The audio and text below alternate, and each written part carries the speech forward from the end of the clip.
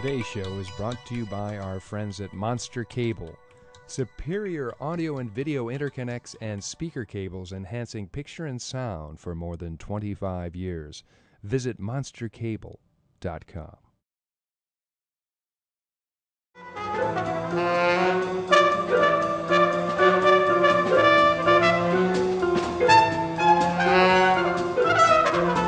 Joining us today on the Culture Catch, we're very honored to have one of the true music icons in the world, it's safe to say, Wynton Marsalis. Hey, it's Wynton, a pleasure.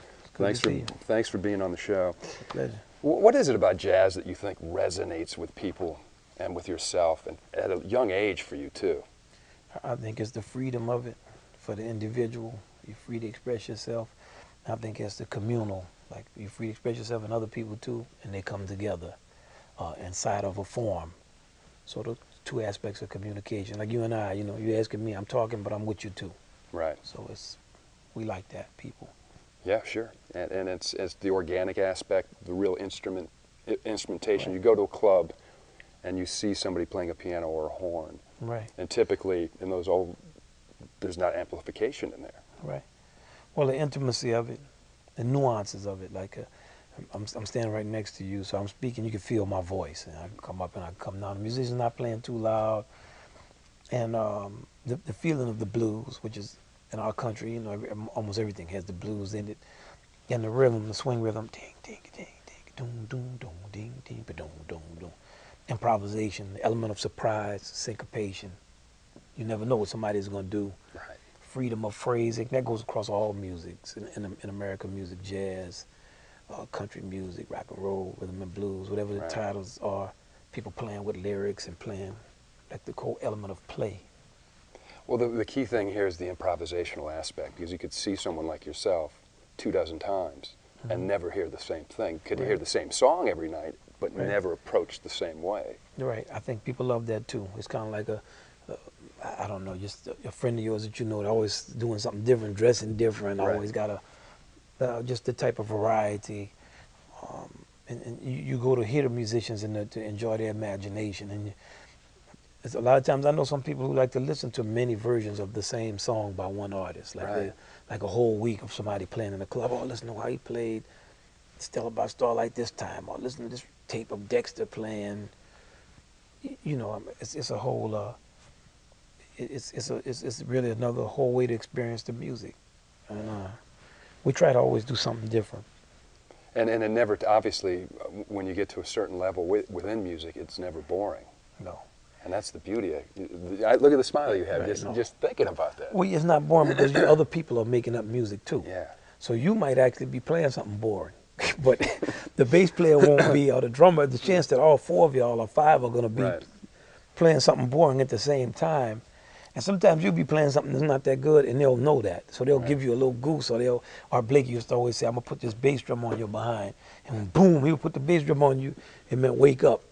Or, if you have like a teasing, like a lot of jazz musicians, we tease each other all the time. So if you're not playing good, somebody else would tell you, man, I thought Wynton Marsalis was coming here. How long you been on this gig? Or they mess with you. When are you going to show up? What do you, or they'll just laugh or just look at you like, what? I mean, this book, The Secret, everyone's secret. What's the secret, man? Enjoy what you do. Yeah. And if you enjoy what you do, and then when you expand your universe like you have, I mean, look, you started out at Juilliard at a young age. You worked with art. I mean, that's heady stuff for a young guy. How did you keep grounded through all of that? Because of your father and your siblings and. No, just, when I grew up in jazz, so you got to realize that my daddy and them, they weren't making any money, man. They were just playing in clubs for a handful of people, struggling to make a living. They were neglected. When I played with Art, we were wearing overalls on gigs and driving 17 hours to a gig and staying in hotels. You wouldn't even put some rodents in some of these hotels, So it's like it was hard. It wasn't, we were in bright lights, and it wasn't like that. So it was the wake-up call. Like, okay, you want to be out here. This is the great Art Blake, and this is what he's doing. Yeah. And it was hard. It was hard in relation to how it is now. But then I was so happy to have the chance to play. It could have been 10 times harder. I wouldn't have cared. Right.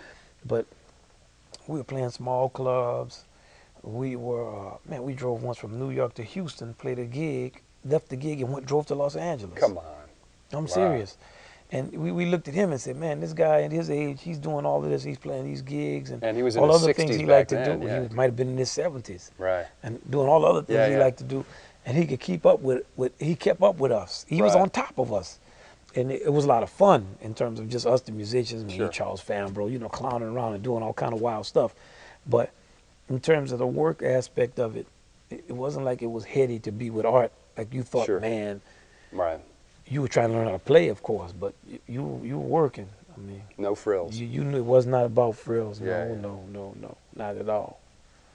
So when you're moving up and then you get the record label deal and you start to see that, you know, you've tapped into a form now that's starting to arrive again, because we have peaks and valleys in all musical styles. Right. And certainly, you know, during those days, jazz maybe wasn't swinging like it was today. Right. You know?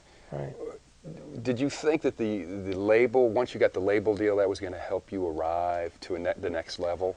That one would feed the other? Like, now I'm a recording artist, so that's going to help the gig situation? I thought that, but I didn't really know. I was very unsophisticated about record labels, and I didn't know what label people were on. I just knew you buy their records. So I had a deal, and I always worked gigs, so I never thought about them helping me to play gigs. I didn't work gigs under my own name, but since I was the summer that I was 12 years old, I've always worked gigs playing music. Then I grew up around people playing gigs. Then when I went on the road the first time, I was 20 with my own band. Right. Before I went with Art and I played with Herbie Hancock Quartet. Then when I went with my own band, 20, I remember that swing of gigs we did. Man, we went to Philadelphia, then we went in Madison, Wisconsin, then we went out to Seattle. You know, I remember it was a different kind of feeling of having your own gig. But I still didn't understand the label and label support and all of that. As time passed, I began to understand it. But I was only most of the times thinking about the music and how to make the songs more interesting, and also how to learn how to play. And I was getting so much publicity. I always felt kind of guilty, like I don't deserve all this publicity because I can't really play. I was playing good for somebody in my generation, but I mean compared to like Clifford, Miles, or people I like to hear play. Right. No, you know, I knew I couldn't play like that. So, of course, I knew I was going to play, and I was serious. I had practiced a lot my whole life, but the whole kind of way publicity worked and being on TV. Then I was on the Grammys. I was on television. I was 22. I really didn't understand the power of television. I never looked at a lot of television myself. Right. I never even looked at the Grammys. I didn't really actually know the impact of a show like that. I spent most of my years working, or then it's like overnight I was known as somebody. You know, that was a weird thing for me, kind of. Sure. One day you're just a guy playing the trumpet. The next day people are saying, "You're the little guy that we saw," and people have opinions about what you're playing. You know, so on and so forth. So that was an interesting period for me. Did you have one mentor that really helped champion you, that really you felt insulated you from a lot of the craziness? Yeah, well, two. Stanley Crouch was the guy that I would go to his house all the time and talk with him. He was a little older than me.